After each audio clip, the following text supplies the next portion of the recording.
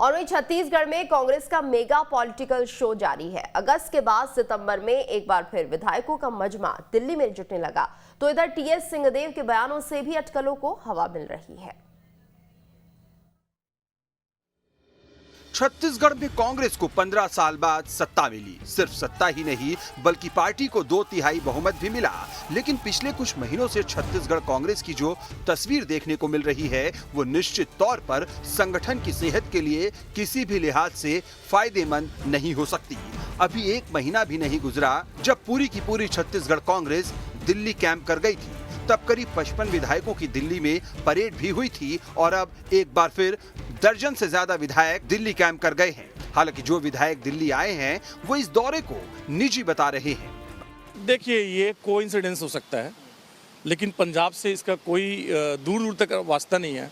अगर मान लीजिए कि हम लोग कोई शक्ति प्रदर्शन करने आते तो हम कोई मुहिम होती, कोई बात होती, हम झुंड में जाते अपनी बात करते, लेकिन तो ऐसा कोई आपको दिख नहीं रहा दिल्ली में। दरअसल छत्तीसगढ़ में बार बार 2.5 साल के फॉर्मूले को लेकर अटकलों का दौर गर्म हो रहा है। अगस्त में जब विधायक दिल्ली पहुंचे थे तो लगा था कि अब शायद मामला शांत हो गया है। तब राहुल गांधी के छत्तीसगढ़ आने की भी चर्चा थी, लेकिन ना तो राहुल को अभी छत्तीसगढ़ के लिए वक्त मिल पाया है और ना ही सब कुछ शांत होता दिख रहा है।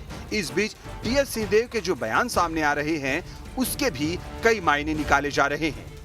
छत्तीसगढ़ में राजनीतिक परिवर्तन हो सकता है कि नहीं हो सकता है, ये लीडरशिप का बहुत दिनों से चर्चा चल रही थी। वही बात 24 तारीख को हम लोग दिल्ली में थे, टाइम मिला था, हम लोग मिले थे। वहाँ से ये बात फिर और सार्वजनिक रूप से नए सिरे से सामने आई। 27 तारीख को फिर मुख्यमंत्री जी हाईकमांड से मिले थे, हमारे शीर्षतम लीडर से मिले थे। वही स्थिति बनी हुई है कि जो भी बातें हुई होंगी हाईकमांड के जानकारी में आ गई हैं। हाईकमांड उन बातों को लेके अपना निष्कर्ष सुना देंगे। उधर सीएम भूपेश बघेल ने भी दिल्ली गए विधायकों के दौरे को राजनीति से ना जोड़ने की सलाह दी है। बहरहाल सवाल ये नहीं है कि सत्ता के शीर्ष पर कौन होगा, सवाल किसी के अहम की संतुष्टि का भी नहीं है। सवाल ये है कि क्या छत्तीसगढ़ की जो तस्वीर इस वक्त दिख रही है उससे संगठन को नुकसान नहीं होगा। सवाल उस जनता का भी है जिसने 15 साल बाद बदलाव की बयार के लिए कांग्रेस को 2/3 बहुमत दिया।